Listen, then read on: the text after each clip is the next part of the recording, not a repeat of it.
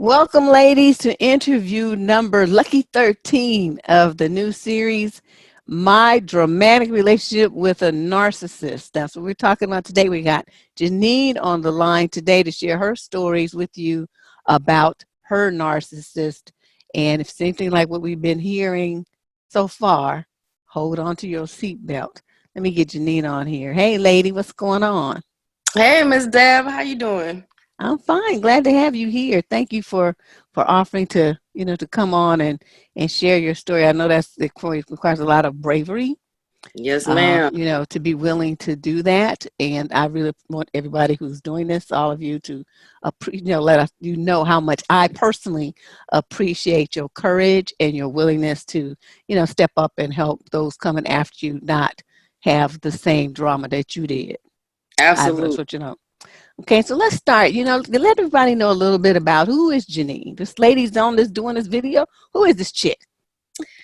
So, Janine, for all you ladies in the chat room, is also known as Jim Doll. I grew up military. I live on the East Coast now, and I'm also in the military myself. So I've always traveled a lot my entire life, been all over the world. So, Wow. yeah. Okay, so let's get started. That's a very interesting. Well, that's different. That's different. So, how was your family when you were growing up? Deb, for starters, I Ooh, am the not. way you said Deb, I just felt a chill. Pretty much for starters, I'm not even supposed to be here. I'm the product of an affair. Oh, So, and it's not the normal way or the way we normally hear about it anyway. My mom was the one that stepped out. And she stepped out twice because I have two younger siblings and all three of us have different dads. oh my. Mom was the So, Rolling Stone. yeah, she was out there. I grew up pretty much not being accepted by my stepfather's side of the family because of how I got in this world. And then my real father's side of the family because, come to find out, he was younger than she thought he was. And he wanted her to get an abortion. Oh, and she didn't want to. I see. Okay. Well, I'm glad she didn't because I'm here. But Well, yeah, I would say that you have a vested interest in that decision. but it was just rough, growing up, not really knowing who you are or where you came from. I found out that something was off when I was 9. That was when I found out that my stepfather wasn't really my father. I mean, I always looked at the pictures and stuff, and I didn't look like the rest of my family, so I kind of wondered about it. But when you're a kid, you just whatever. This is all I know. But Right. at 9, that was when I actually found out, and I didn't have a relationship with my stepfather either. I think the last time I talked to him when I was like 18 years old, and he was basically just like, "Hey, don't be calling me for money, cause I ain't the one." And I was like, "All right, well, cool." I was just kind of trying to get to know you a little bit, but it's not that serious, deuces. Like, I don't want to have nothing to do with you if you don't want to have anything to do with me. Wow, he just ooh, dusty. Okay, He go sent ahead. me like one measly $100 check when I graduated from high school, and then he was like, "I'm not gonna keep sending you money." And I was like, "Bro, you sent me one $100 check. Like, what are you talking about?" Okay, so now when you were growing up, though, what was the environment between your stepfather and your mother, your other siblings? Were you in the house with them? It was toxic. My stepfather, like I said, he was in the military. He was in the army. We moved a lot.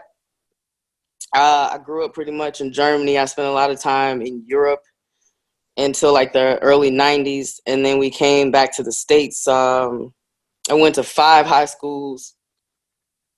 Pretty much, although I grew up in a 2-parent home, they were not really physically there. I mean, mentally there. They were physically in the home with us, but they didn't really get involved with us very much unless it was to put foot to butt. You know what I'm saying? Mm-hmm.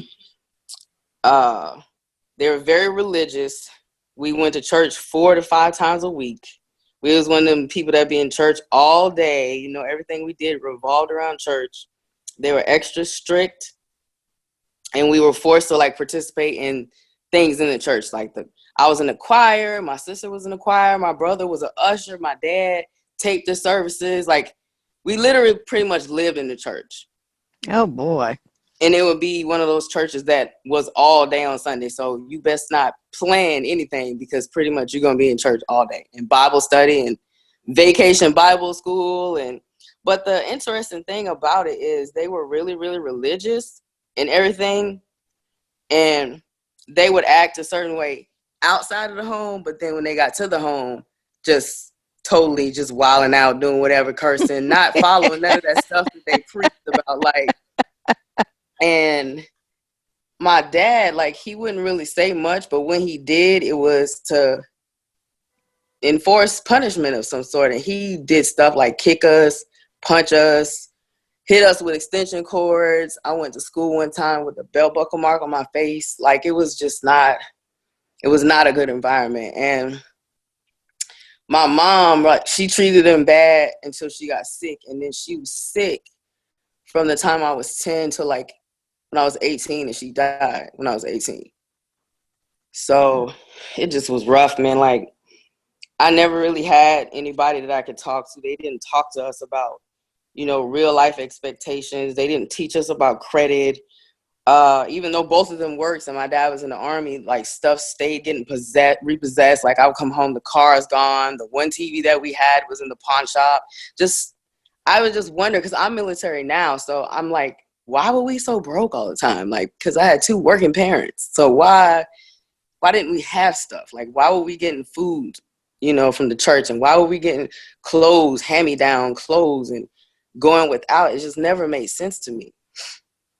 Well, what you did? You never asked them? You never got a chance an opportunity to ask them?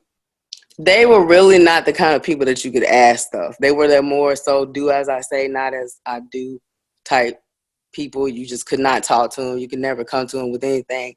I ran away and pretty much didn't even live at home my junior and senior year of high school. So I was out on the streets or with friends or whoever. And when I joined the military, it was from whoever's house I was staying with at that time, because me and my mom just couldn't vibe. It's like, she hated us. She would talk to us and tell us we're never going to be anything. We're never going to, like, my brother had a lot of problems learning how to read. She would tell him he's going to be dumb. He never was going to learn how to read. He was never going to be anything. So I just couldn't be around her. She just, like I said, they would say one thing and then do something totally different. And me and her, like, towards the end, when I was a senior, we almost got into a physical altercation because I wanted to join the military and she wanted me to stay there. And I'm just like, I can't stay here in this environment, though. I have to go. Like, and I left. She called the police, and I'm like, well, they can't do nothing because I'm 18. I'm gone. I'm going to go to the military. This is what I need to be doing with my life instead of being here, you know, trying to live in this house and having you coming and going and talking to me. However, because at that time, we had a house that had like a conjoining little house on the back. So she was like, oh, well, you just stay back there. It had 2 bedrooms and stuff. But I already knew how she was. Like, there was never any privacy. She went through all my stuff. I had a curfew all the way up till whenever, like, anytime I was there. She just made things extremely hard for all of us. So, Oh boy. Okay, so now you're in the military. Is this when you met Mr. Thang that you wanted to talk about? Mr. Z. We're going to call him Mr. Z. Okay. So, Mr. Z, I actually met when I was older in life. Like, I was about 27, 28 when I met him. Were you still in the military, though? Yeah, I'm still in the military now. Okay. A couple more years before I retire. And it was one of those things where it was like, you know, as us ladies, a lot of the time start getting closer to 30, we start panicking if we're not living by, you know, the way that society says that we're supposed to necessarily live. Hey, you're supposed to be married, have those kids, have a picket fence, all this other stuff. And so since 30 was coming up on me, I'm panicking like, okay, I haven't met Mr. Right yet. and I met Mr. Wrong. That's pretty much what that was. Like, he was, there were plenty of red flags very early on. And it was just one of those things where, like, I just was like, I'm just going to force this to be what I wanted to be, knowing that it wasn't what I needed. Okay, so let me understand this as before we move forward. So there you were, 30-ish. So you were old enough to recognize that there were some real issues with this dude. Oh, yeah. I But was your old enough. desire to be, to be married and follow the script, which I'm It sure was outweighed jammed down everything. your throat from your religious upbringing. Yep. Okay. Okay, I just want to make sure. So not only do I come from a religious upbringing, I also have a family history of women just pretty much accepting and dealing with anything, because my grandmother got beat by her husband and stayed with him. My mom and my stepdad were in a abusive relationship. One of my aunts got beat up her entire marriage that she was in. My sister was in a marriage where she was getting beat up. And so it was just kind of one of those things where I just come from the tribe of, at least I got a man. That's the thinking. So at 30, everybody's looking at me because my grandma by that time kept asking me, well, when you gonna have some babies? And I'm like, well, I ain't having no babies and I ain't married. Like, that's never been a thing for me. I don't have any issues with single moms or anything like that. My heart goes out to them, but I had no desire to do that. Like, I wanted to have, the husband if necessary. If I could possibly be married, I wanted to have a husband before I had a kid, which to me, having a kid was never really a big thing anyway. It was kind of like, if it happens, it happens. But it was never one of those things, oh yeah, I just have to be a mom. It was never, I never felt like that. I'm an aunt. I'm a great aunt. That's what I am. But Okay. so So you meet this guy and you was it instant love? What happened? I want the deets. Come on now. see what I did is what a lot of people get caught up with, or not a lot of people, but sometimes people get caught up with this, getting caught up on how a person looks and not looking Uh, past how they look and what it is that they actually have as far as character and their personality, their morals, their mental stability, their compass. You know what I'm saying? Those types of things. So at that time, it was like I saw him and it was an instant attraction of how he looked. But once you actually get beneath all that, he didn't have much of anything else to offer. So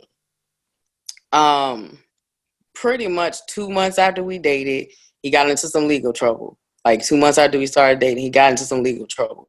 And right then and there, that was honestly my out. But I looked at it like, oh, I'd be the bad person for leaving him high and dry when he's going through all this. Instead of just being like, girl, bye. Get on I with your know. life. Leave him Deuces. alone. He about to lead you down a dark, dusty trail. But no, I was like, oh, no, I'm in it. I'm going to ride or die. I'm going to show him that I'm going to be here and help him out, even though, he got a DUI. And unbeknownst to me, he had some previously. So Oh. and he had a felony record as well. So it was just like, okay, I don't want to be one of those people that's judgmental and say, okay, once a felon, you can't get your stuff together. But what it is once you are a felon, it's going to be a little bit harder for you to get the things that you need in life. You're going to have to do a little extra because people are going to hold that against you, no matter how you might feel about it. It is what it is. So we dated for about 3 years, and honestly, there was always other women. There was always some other somebody, some side chick here, me catching you texting somebody there, you talking to some female, sending pictures here from the beginning. Like, and I should have just, like I said, when he first had that first issue and he got in that legal trouble, I should have saw myself out. But after that, it was all kinds of other stuff. Like him, he was an alcoholic also. And not one of those alcoholics where they're jovial and they're nice and they hug everybody. He was a violent alcoholic. So he would do stuff to me. He would black out or claim he blacked out and doesn't remember what happened the next day. There would be times that I had to go stay somewhere else because I just didn't want to fight with him. He would come home 5 o'clock in the morning, 8 o'clock the next day, 10 o'clock, who knows, whenever he felt like it. And then just pick a fight. And that would just be it. Like, in addition to that, he couldn't hold a job. So it was like most of the time that we were together, he was getting fired. And it was because he just was one of those people. He always thought he knew more than everybody else. Oh, well, they the boss and they don't know what I do. I can tell them how to do it. He had a bad attitude. But when you ask him about it, it's always some excuse. No, they fired me because they just don't like me. Or they fired me because I couldn't get along with so-and-so. But it was always something that he did that caused him to get fired. He's a very talented person. He's smart, but he's just very lazy and feels entitled. Like he always waiting on somebody to hand something to him or give him something or help him out with something. Still to this day. And he relies heavily on his looks because he knows females like him. They like the way he looks. So he always has a place to stay. He always has a car. He has money because women will give it to him because it's like they like being seen with him. And that was kind of what it was for me when I first met him and started being with him. But after a while, I was just like, hey, this is getting old. What else? You going to help me pay some of these bills or what? Like, you look good. This rent is due. Like, Yeah, that go out there and make some magic happen with that face and pay these bills.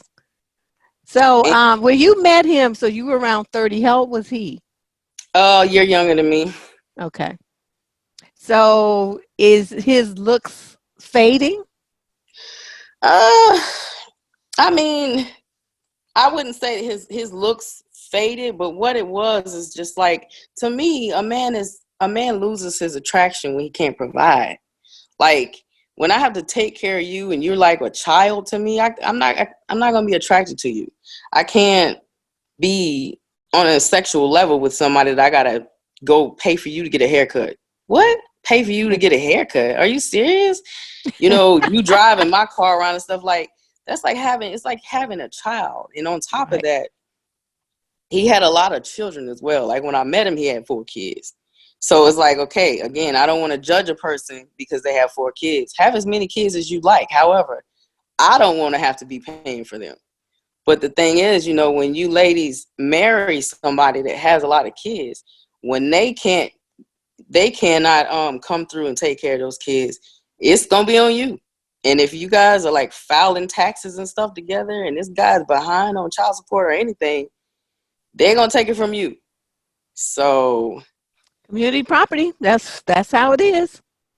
yeah, that was a lesson learned. Like, but out of all of that, the final straw pretty much was I said when we got together, he had 4 kids.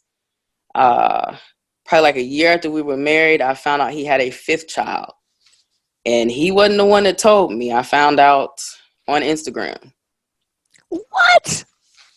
Yeah, because he always had some chick somewhere. It was always like somebody in the wings, and a couple of times I was harassed on Instagram by chicks that he dated or whatever, and they would not only harass me but also harass my friends and people that I followed. It was just really, it's just so tacky to me when females behave like that. But anyway, somebody, I still don't know who it is to this day, built an anonymous page, and they were like, hey, your stepdaughter's birthday is coming up. Are you going to her party? And it was a picture, and I look at the picture, and at the time he only had sons. So I'm like, daughter? I looked at the picture, and Deb, if this baby didn't look more like him than any of his other kids, I was in shock. I looked at the picture, I was like, wow. So that means he made this baby while you guys were married. He pretty much got his ex pregnant 3 months before we got married. I see. And walked on up there and said them vows knowing that he had another baby. Yep. And see, that right there is just was something that was really hard for me to deal with. But like, I know I told you I grew up religious. I am not religious. I do not follow religion. I don't go to church, none of that stuff, because I just been through so much that made me feel a certain way about religion in particular. But I just remember it was funny. Like, he never wanted to go to church or be involved in church. Then all of a sudden now you want to go to church and join in the church and all this other stuff, right? So we do that. And then after that, not long after that was when I found out about my stepdaughter. I'm like, that's why you wanted to join church, because you're trying to deal with all the stuff that you had going on, and you want to hide behind this religion and then try to take me to counseling. And then when we go to counseling, they try to tell me that I need to try to work it out with him, the pastor and his wife. And I was like, but didn't you just hear all this stuff that he did? And I'm just supposed to just be like, oh, okay, just forget about all that and try to work things out. So Yeah, no. How about we don't do that? it was a whole mess. Like, but at the end of the day, it was just like, even after he had his daughter, I still stayed and tried to work things out. And for me, I felt like it was more because of how I came into this world, and that my stepfather did the same for me. Like, he stayed, even though if he wasn't really, really there like he needed to be, he stayed there knowing that my mom stepped out. So I was like, all right. But what really did it for me was when he just wouldn't do what it was that he needed to do to take care of his kids. Like, you got all these kids and you're not working, and then you working a piece of a job when you need to be working like 2 and 3 jobs. And I just got tired of it. I got tired of always being the one, well, hey, birthdays are coming up, what we doing? You know, Christmas is here. Got to make sure that they have gifts. Like, there was one year that I just refused to buy any gifts because I wanted to see what he was going to do. And they went without. They went without. He didn't do nothing. They didn't get nothing. Because I was just like, I ain't doing it this year. I'm not doing it this year. And that year they didn't get anything. And I just felt so bad. But I'm like, at the end of the day, it's not my responsibility to make sure your kids have Christmas presents. It's the same day every year. They should never go without birthdays and Christmas. They should never go without. You know already. So if you know that you don't have what you need, then you need to be out there on that street corner doing whatever, 2, 3 jobs, working overnight. But he was picky. Oh, I don't want to drive trucks. I don't like driving. How can you be picky? You got 5 Because he kids. had somebody to, to be in his corner and fill in the gaps. I can't. I just can't. So what was the last straw for you? The last straw for me was throughout our marriage, a couple of his kids that came to stay with us at different periods in time. But he had one of his older children come stay with us, and he was a teenager. And when he came, he didn't have stuff, so I had to take him, go shopping, buy him a coat for the winter, things like that. And then when the kid was there, he had the nerve to get fired again. I was like, no, I'm not doing this. I'm not doing this again. I'm not going to be the one sitting up here taking care of this kid and more concerned about him than you are, and he's your child. So I basically ended it at that point, and I just wanted to see what was going to happen and see if he was going to keep the little boy, but he didn't keep him. He sent him back to his mama. So I was like really disgusted, because I'm like, how do you send him back to his mom? His mom has 3 other kids. You send him back there, and you have none that you take care of and support. But you send them back there because you don't have me to be here and do everything for you. Wow. Just ridiculous, girl. I can't, I don't know. It just seems to me like a lot of men just can't take care of their own kids. Like, their wives just do so much. And that's why I don't want to be married. I don't want to be a wife, because I don't want to be an indentured slave doing all this extra stuff. It's just not. It's not, to me, there's just not enough incentive in it for women. Like, I was tired all the time. I would work 2 jobs, work 1 job, get home, still have to cook, clean, help the kid with homework. When he got home, he sat on the couch. That's what he did. He sat on the couch. There was no helping me out around the house. I would fold clothes, leave them on the couch. He'd leave them there for a week. I'm like, all you had to do was put them up. You didn't even have to wash or fold them. All you had to do was take them and put them in the drawer. You couldn't even do that. Just lazy. Wow. Okay, so when you left, what you do? Just like pack your stuff and walk out the door? What happened? I went on deployment and told him that he needed to be gone when I get back, basically. Oh, okay. Nice. Have your stuff together. Have your stuff together. have your place to stay, whatever you need to do, and you need to be gone. And that's when he could have, at that time, taken that chance to actually keep their relationship with his son and get his own apartment and move in with his son. But he didn't. He sent the son back and went to stay with some other female. And, but it's whatever. Like, I don't care. Do what you do. But it's just sad that he did that. I don't know.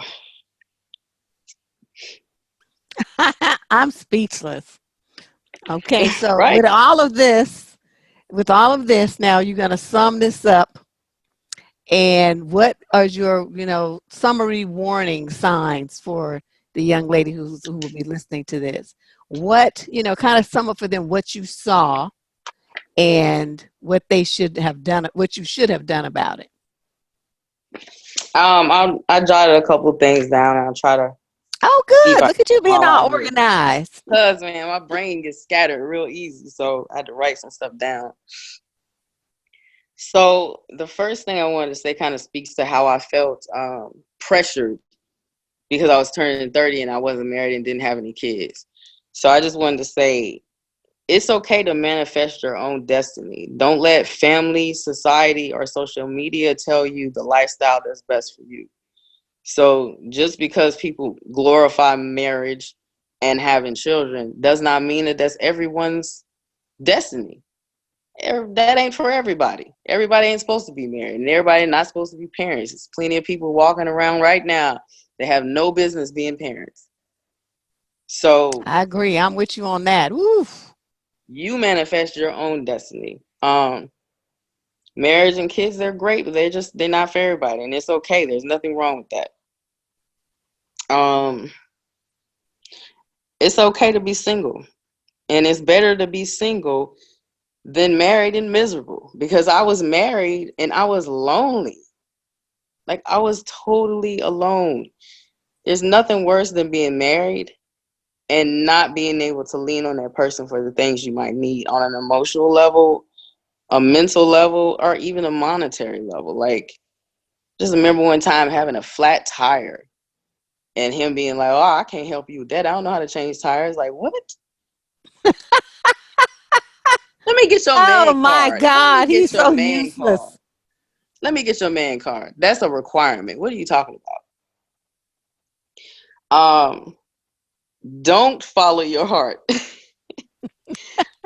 Make emotionally driven decisions.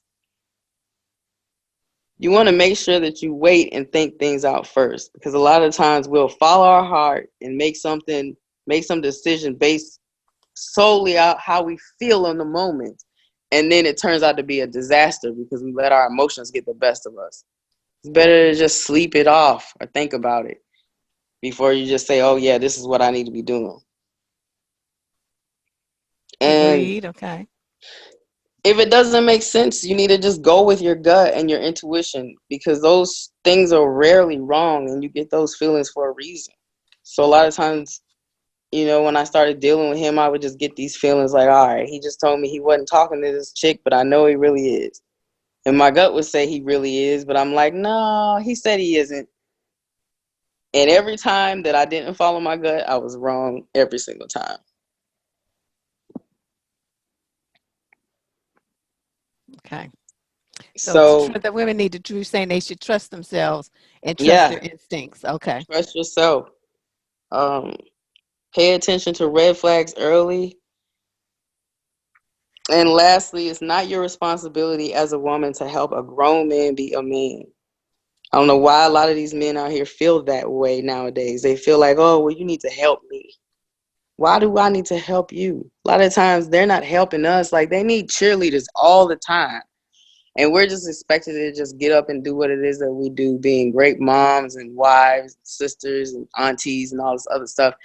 And we don't get no pats on the back. But they constantly need to be reassured. Oh, yeah, you did a good job. Thanks for getting up on time and going to work, going to the Thanks for job that you brushing know your you need to teeth go to. and washing your face. That was a miracle. Yes. Thank you for not getting fired. Thanks for holding that job down for 3 months now. Like, you don't get a participation trophy, guys. You're not doing nothing special. You're doing what you're supposed to be doing as a grown person in the world. You have a car and a job and a house. You're 40, you're supposed to have those things. Like, I just can't. Like, you can't help a man be a man, ladies. If they not already a man, especially by like 30, if you're not already a man, got your stuff together, it is what it is. They're just going to end up dragging you down some dark alley with them while you're trying to help them get some studio time and start their rap career. I just, At 35. no, I'm not helping you. I'm not helping you fill out no applications. I'm not putting the word in with the boss and none of that, because I feel like a real man should be able to do all that stuff on his own and don't come to you for that type of stuff. Hmm.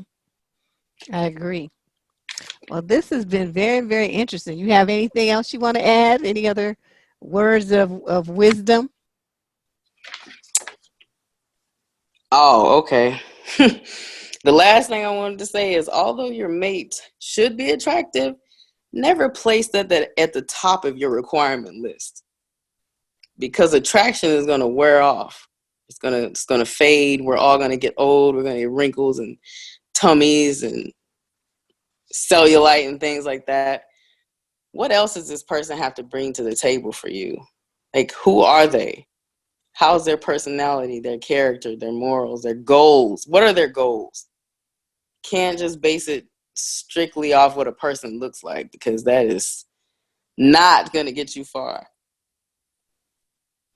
I agree. That's you're right, because a lot of women do, and they go for that. They want that heat. And I'm not saying there's anything wrong with that, but you're right. I mean, you have to have that balance with the other stuff. I mean, ideally you would have a guy that you're really attracted to, but he takes care of business. He holds stuff down. He's there for you. I mean, it's no good, just like you said, did you just have somebody who looks good? Okay, well, now what? I sit up here struggling all by myself with this good-looking man. Now, what sense does that make?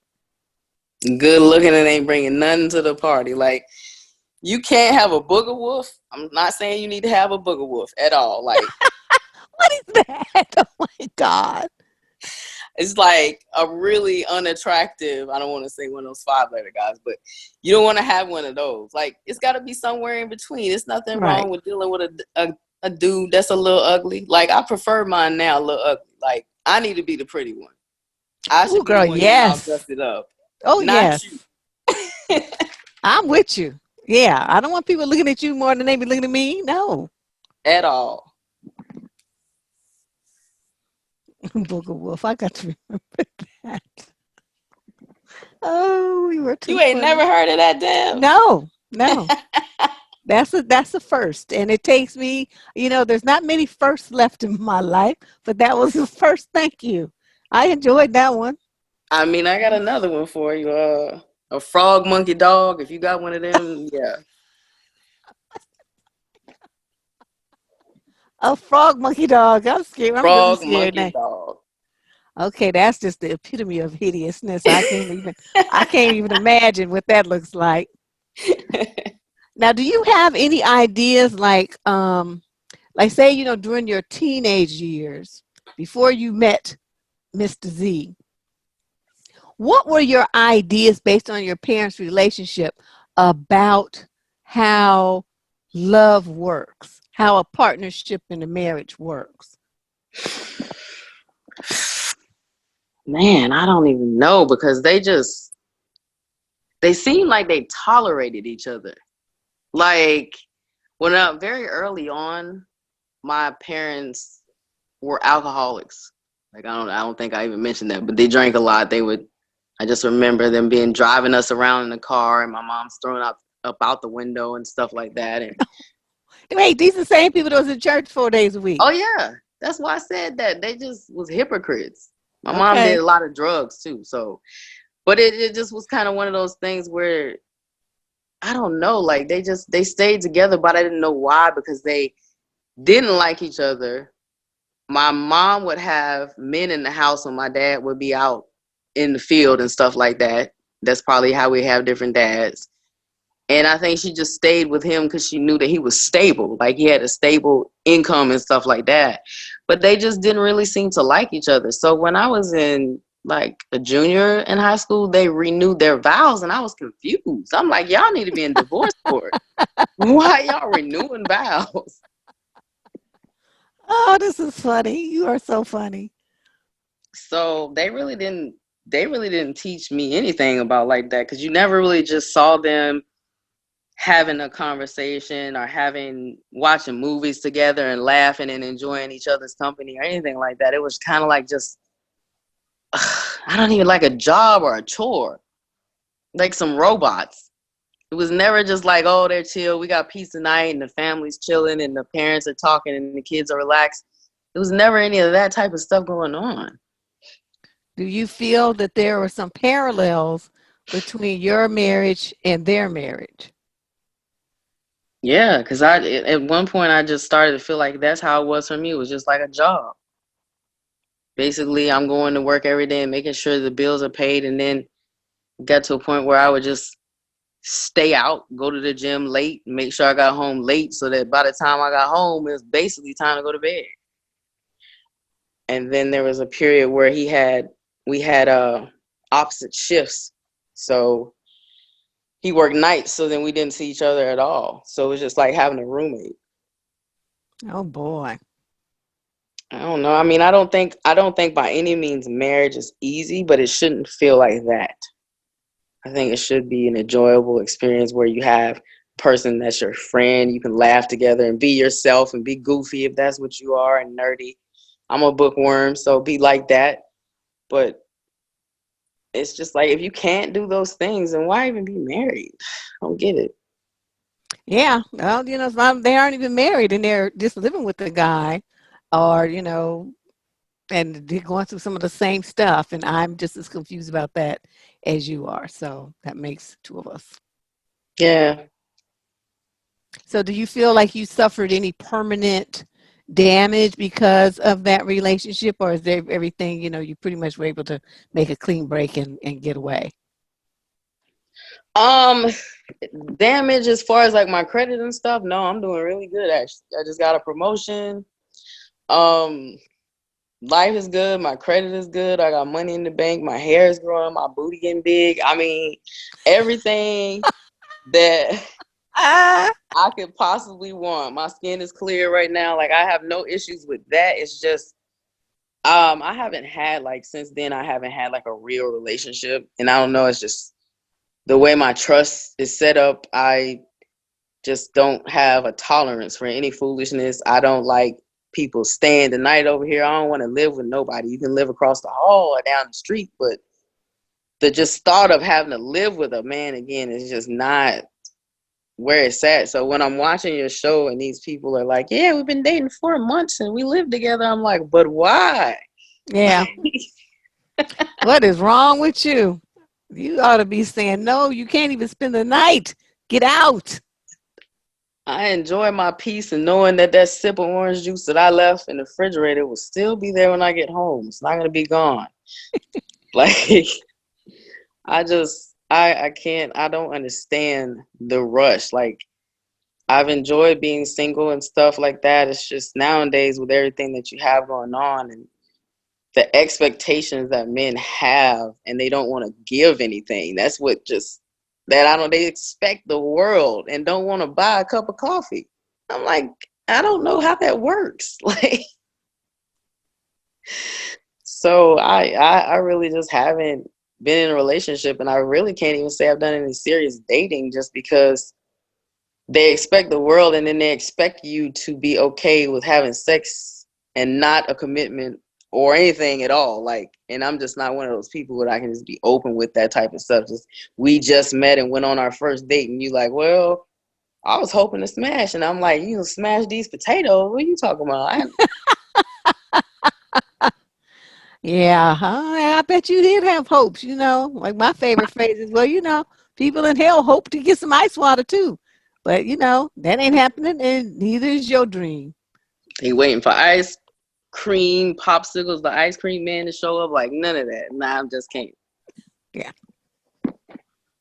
Well, girl, this has been very interesting, and I'm very glad that you were able to escape, him pretty cleanly, because sometimes this with the kids, if a woman has a kid with the guy, that's the end, because then they have a tool to yank, to beat over the head with for 18 years at least. So And you were don't I able to know? escape.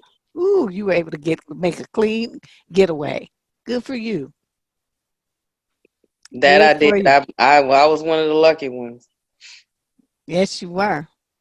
Well, I'm going to I'm still trying to dude was just doing the most. I'm just like, how you gonna you walking down the aisle and you know you got somebody pregnant? You just like, I'm not gonna say nothing.